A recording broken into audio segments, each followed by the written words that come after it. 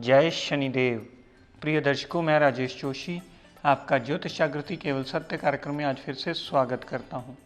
प्रिय दर्शकों, जैसा कि आप जानते हैं, हमारी चर्चा चल रही है आजकल लगन भाव के स्वामी लग्नेश को लेकर के, उनके साथ युति केतु देवता की, और वो अलग अलग भावों में कैसा फल देते हैं। मेरी कल तक कोशिश रही कि कन्या लगन के बारे में इसकी विस्तृत रूप से आपको जानकारी दे पाऊँ। आज अपनी इसी श्रृंखला को आगे कंटिन्यू करता हुआ बात करते हैं तुला लगन की कुंडली। तुला लगन की ये इसलिए बनी क्योंकि लगन भाव में ही 7 नंबर लिखा है। 7 नंबर तुला राशि मानी जाती है, जिसके स्वामी ग्रह हमारे दानव गुरु शुक्राचार्य माने जाते हैं। और प्रिय दर्शकों, केतु देवता शुक्राचार्य के शिष्य माने जाते हैं, जिसकी वजह से ये केतु देवता को कोई डिपार्टमेंट तो नहीं देते, पर फिर भी थ्योरी पुरानी वाली रहती है कि अगर मित्र के घर में बैठे अच्छे भाव में तो केतु देवता अच्छे योग में देते हैं रिजल्ट्स। अगर गलत भाव में या अपने शत्रु के भाव में बैठे तो सदैव अपनी दशा अंतर्दशा में आपको नुकसान देते ही मिलते हैं। दर्शकों, अगर इस तुला लगन की कुंडली में लगन भाव में ही शुक्राचार्य और लगन भाव में ही केतु देवता विराजमान हो, तो जहाँ शुक्राचार्य देवता का विराजमान होना लगन भाव में यहाँ पर मालव्य नाम का पंच महापुरुष योग बनाता है, वहीं केतु देवता भी अपने शिष्य के घर में आकर, अपने गुरु के घर में माफ़ कीजिएगा, आकर के सदैव आपको पॉजिटिव फल ही देते मिलते हैं। जिसे शुक्राचार्य मालव्य नाम का योग बनाते हैं, उसमें केतु देवता और बढ़ोतरी करके उस जातक को अपनी दशा अंतर्दशा में अच्छा फल देने में सक्षम ज़रूर होते हैं। और प्रिय दर्शकों, आप सभी जानते हैं, अगर किसी कारणवश आपका ये एपिसोड देखने से रह जाए तो कृपया YouTube पर जाकर ये एपिसोड देख सकता है और अपने ज्ञान का चक्षु खोलकर लाभान्वित हो सकता है। और प्रिय दर्शकों, लगन भाव में शुक्र देवता भी अपनी डिग्री वाइज क्षमता और बलाबल के मुताबिक, केतु देवता भी अपनी डिग्री वाइज और बलाबल के मुताबिक पॉजिटिव रिजल्ट ही आपको देते मिलेंगे। तो प्रिय दर्शकों, इन दोनों ग्रहों की युति लगन भाव में सदैव पॉजिटिव रिजल्ट देती मिलेगी। और अगर किसी ने कह दिया कि यहाँ केतु देव शुक्राचार्य को खराब कर रहे हैं, तो समझ लीजिएगा भी विद्या पढ़ने में ही, बेसिक्स पढ़ने में ही कमी है। क्योंकि हर कोई इस बात को बदनाम करने पे तुला होता है, किसी को कुछ समझ में ना आए, या तो शनिदेव के मत्थे सब कुछ मर दिया जाता है, या राहु केतु देवता के मत्थे सब कुछ मर दिया जाता है। जबकि विद्या में ऐसा नहीं होता। इसके मूल नियम कुछ और हैं, जो मेरी कोशिश है कि आपको इस मंच के माध्यम से समझाता चला जाऊँ। दर्शकों, यही दोनों ग्रह अगर कुंडली के दूसरे भाव में विराजमान हो, ये केतु देवता की उच्च राशि है और शुक्राचार्य लगन लॉर्ड होकर के दूसरे भाव में आए हैं। और मैं हर बार प्रिय दर्शकों आपको याद दिलाता आया हूँ, दोनों ग्रहों में डिग्री वाइज बलाबल चेक करने के बाद ही इस नतीजे पर पहुँचिएगा कि दोनों ग्रह अपनी दशा अंतर्दशा में कितना पॉजिटिव फल देने में सक्षम है। तो प्रिय दर्शकों, दूसरे भाव में केतु देवता की दशा अंतर्दशा चले, चाहे शुक्र देवता की दशा अंतर्दशा चले, दोनों ही ग्रहों की दशाएं में धन का आगमन होता रहेगा, परिवार साथ देने वाला होगा, जातक की वाणी बहुत ज़्यादा मीठी होगी और वो अपनी वाणी से अपने बहुत सारे कार्य सिद्ध अवश्य कर लेगा। दर्शकों, यही केतु देवता और शुक्राचार्य कुंडली के चौथे भाव में विराजमान। चौथे भाव में विराजमान होने से शनिदेव के घर आ गए हैं दोनों ग्रह, और दोनों ही ग्रह कुंडली के अति योग कारक ग्रह बन जाते हैं। शुक्र देवता अपनी दशा अंतर्दशा में यहाँ पर बहुत ज़्यादा पॉजिटिव फल देंगे, क्योंकि यहाँ वो दिशा बली हो जाते हैं। माता, गाड़ी, भूमि, वाहन, मकान, सारी सुख सुविधाएं लेने में शुक्र देवता की दशा अंतर्दशा और केतु देवता की अंतर्दशा, दोनों की ही दशा अंतर्दशा आपको लाभान्वित होती मिलेगी, आपको हमेशा सहायता करती मिलेगी इन चीज़ों को अपनी सुख सुविधाओं में बढ़ोतरी करने के लिए। यहाँ से दोनों ग्रहों ने जितनी दृष्टि दशम भाव पर डाली, कामकाज में वृद्धि, कामकाज में इम्प्रूवमेंट आना, कामकाज में increment, promotion, designation, higher rank हो जाना, ऐसी दोनों ही पॉजिटिव स्थितियाँ आपको मिलेंगी। और दोनों ग्रहों की डाली हुई दशम भाव पर दृष्टि दशम भाव संबंधी भी पॉजिटिव रिजल्ट ही आपको देती मिलेंगी। दर्शकों, यही शुक्राचार्य और केतु देवता कुंडली के पंचम भाव में विराजमान हो। दोनों ग्रहों की दशा अंतरदशा पंचम भाव संबंधी पूर्ण लाभ देती मिलेगी। दोनों ग्रहों की दशा अंतरदशा संतान सुख से परिपूर्ण करती है, धन का आगमन करवाती रहती है, लव रोमांस में कामयाबी देती है, अनसर्टेन गेन्स देती है, mind memory will power strong करती है और जातक को थोड़ा सा आर्टिस्टिक नेचर का बना देती है, क्योंकि शुक्राचार्य ऐसी नेचर को डेवलप करने में बहुत बड़ा मेजर रोल प्ले करते हैं। पंचम भाव में शुक्र देवता का विराजमान होना, पंचम भाव में शुक्र देवता का विराजमान होने की वजह से शुक्र देवता के पॉजिटिव रिजल्ट आपको अवश्य मिलते हैं। यहाँ पर शुक्र देवता का आना जातक को आर्टिस्टिक नेचर का, म्यूज़िक लवर, यहाँ पर जातक का jewellery designing, cosmetic designing, perfume designing, यहाँ पर पिक्चर्स, ग्लैमर वर्ल्ड, ऐसी सारी चीज़ों पर ध्यान अवश्य जाता है और वो उन्हें एंजॉय भी जातक अवश्य करता है। दर्शकों, यही केतु देवता और शुक्राचार्य अगर कुंडली के सप्तम भाव में विराजमान हैं, जहाँ शुक्र देवता अपने कारक भाव में आए हैं, सप्तम भाव में आए हैं, जिससे उसका लाइफ पार्टनर बहुत अच्छा और खूबसूरत मिलता है, डेली वेजेस के नित्य नवे रास्ते खोलते हैं। और यहाँ पर पार्टनरशिप में भी शुक्र देवता की दशा अंतरदशा आपको लाभान्वित ही करती है।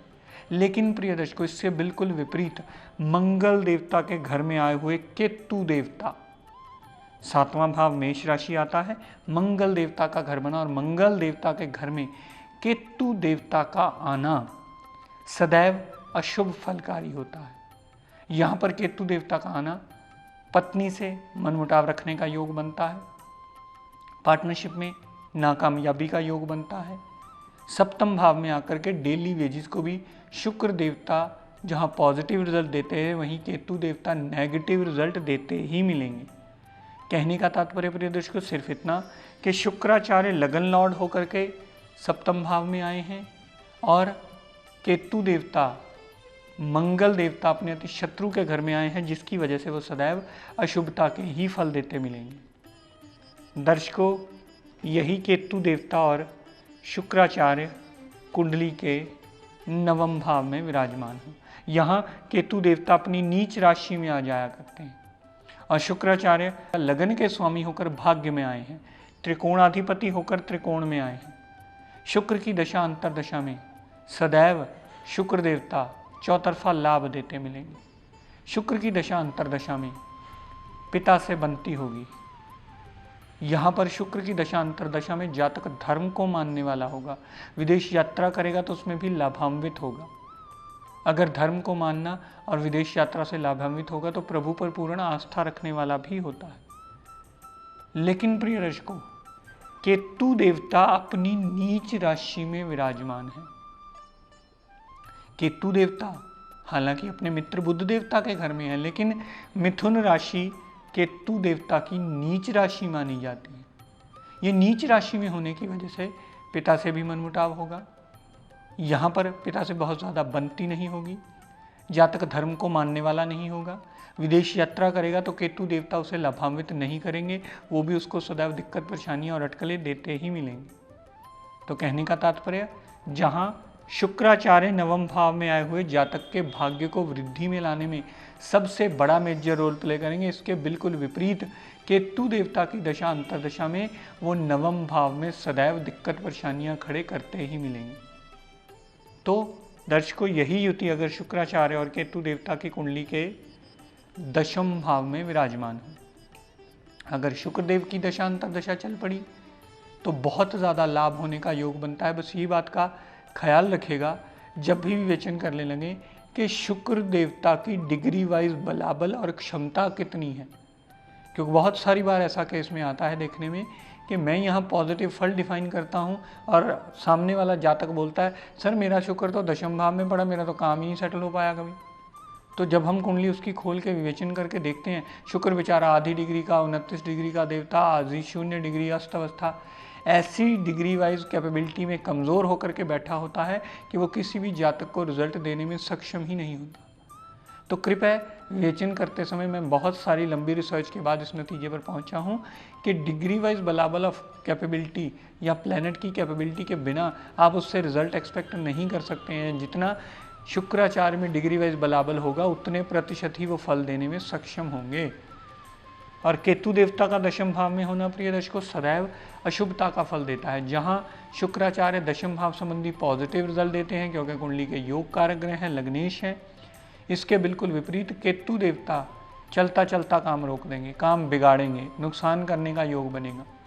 केतु देवता का चंद्रमा देवता यानी दशम भाव के घर में आना सदैव अशुभता के फल देता है, डिमोशन होने का योग, हमेशा दिक्कत परेशानियाँ, चलते चलते काम में रुकावटें आने का योग, चलता चलता काम फाइनेंशियल प्रॉब्लम में आने का योग, चलता चलता काम किसी ऐसी ऑब्स्टेकल में फंस जाना जहाँ पर काम आगे चलने का रास्ता ही नहीं ढूंढ पाता।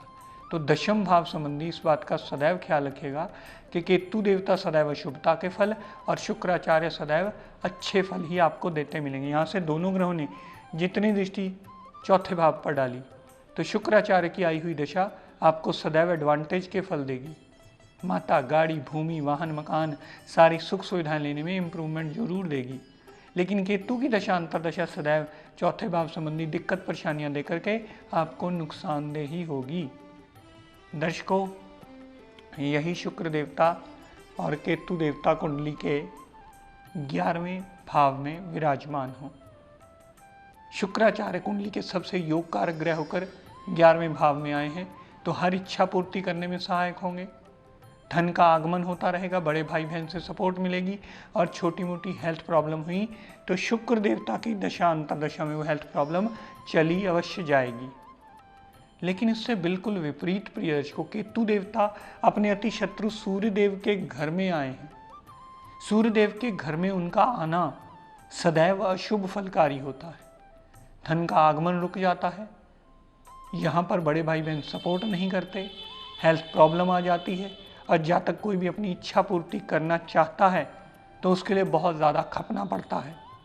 तो जिसकी वजह से केतु हमेशा नुकसान देते मिलते हैं। और प्रिय दर्शकों, इस बात का सदैव ख्याल रखिएगा कि केतु देवता अपने अति शत्रु के घर आएंगे, चाहे वो अच्छे भाव में ही क्यों ना आए, वो सदैव अशुभता के रिजल्ट देंगे। और शुक्राचार्य अपनी दशा अंतर्दशा में अगर वो किसी अच्छे भाव में विराजमान होंगे तो सदैव शुभता के फल देंगे। और प्रिय दर्शकों, तीसरे, छठे, 8वें और 12वें भाव में मैंने इसका व्याख्यान नहीं दिया है क्योंकि कुछ पर्टिकुलरली विपरीत राज्यों की थ्योरीज के अलावा कोई भी ग्रह दशा इन भावों में होगी तो बहुत ज़्यादा अच्छे फल देने में सक्षम नहीं होगी। और आप में से किसी भी जातक का ये एपिसोड देखने से रह जाए तो कृपया ध्यान दें, YouTube पर जा कर के डेली का हमारा एपिसोड वॉच कर सकते हैं और अपने ज्ञान का चक्षु खोलकर लाभान्वित हो सकते हैं।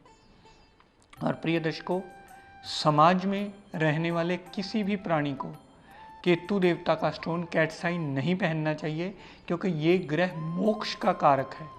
मोक्ष का कारक होने की वजह से इसे पहनना सदैव वर्जित माना जाता है।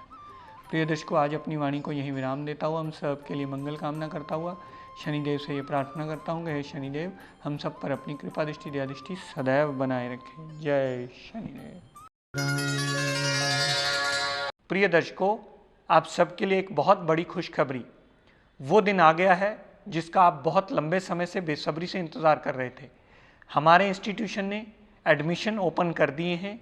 आप सब लोगों से निवेदन है, जो भी इस विद्या को सही दिशा में सीखने के, समझने के, इसे पढ़ने के इच्छुक हों, वो हमारे इंस्टीट्यूशन में आके हमें संपर्क करके अपना फॉर्म ले जाएं। और क्योंकि हमारी क्लासेस 1 दिसंबर से शुरू होंगी, आप अगर इससे कुछ अधिक जानकारी लेना चाहते हैं तो हमारे इंस्टीट्यूशन में फ़ोन करके संपर्क करके जानकारी ले सकते हैं।